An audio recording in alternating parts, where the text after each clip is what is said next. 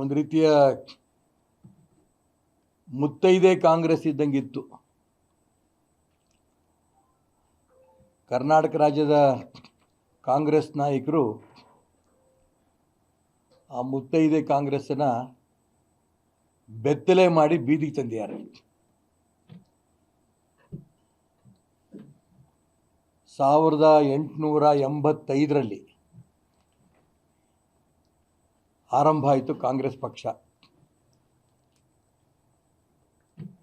ಇಡೀ ದೇಶದ ಎಲ್ಲ ರಾಷ್ಟ್ರಭಕ್ತರು ಸೇರಿ ಸ್ವಾತಂತ್ರ್ಯವನ್ನು ಈ ದೇಶಕ್ಕೆ ತರಬೇಕು ಅಂಥೇಳಿ ಆ ಕಾಂಗ್ರೆಸ್ಸಲ್ಲಿ ಸೇರಿಕೊಂಡ್ರು. ಎಲ್ಲ ಮಹಾಪುರುಷರು, ಸರ್ದಾರ್ ವಲ್ಲಭಭಾಯ್ ಪಟೇಲ್,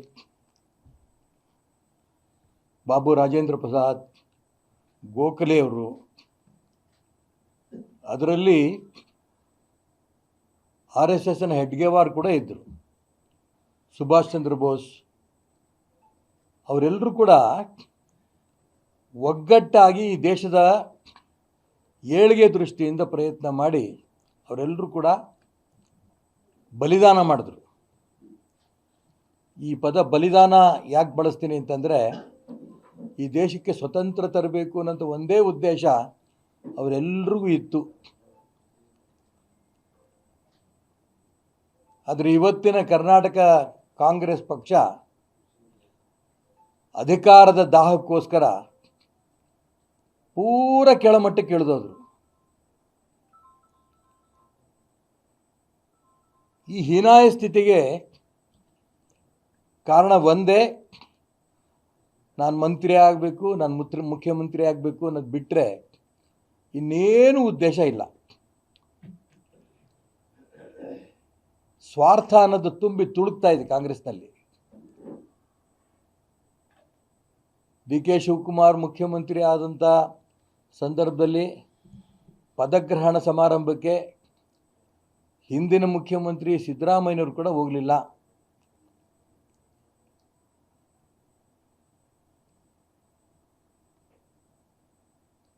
ಕಾಂಗ್ರೆಸ್ಸಿನ ಮುಖ್ಯಮಂತ್ರಿ DK ಶಿವಕುಮಾರ್ಗೆ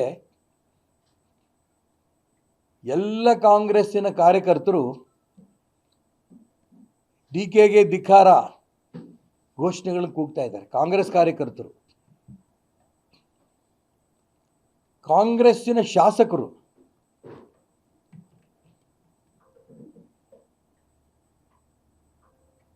ಮಂತ್ರಿ ಆಗಬೇಕು ಅಂತ ಹೇಳ್ತವರು ನನಗೆ ಪ್ರಾಮಿಸ್ ಮಾಡಿದ್ರು, ಮೋಸ ಮಾಡಿದ್ರು ಮುಖ್ಯಮಂತ್ರಿಗಳು, ಇದನ್ನು ಹೇಳ್ತಾರೆ.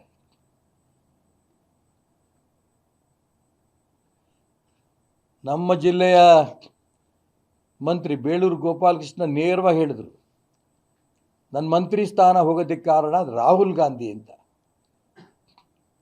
ಅಂದರೆ ಕಾಂಗ್ರೆಸ್ ಪಕ್ಷದ ರಾಷ್ಟ್ರೀಯ ನಾಯಕರುಗಳಿರ್ಬೋದು, ರಾಜ್ಯ ನಾಯಕರಿರ್ಬೋದು,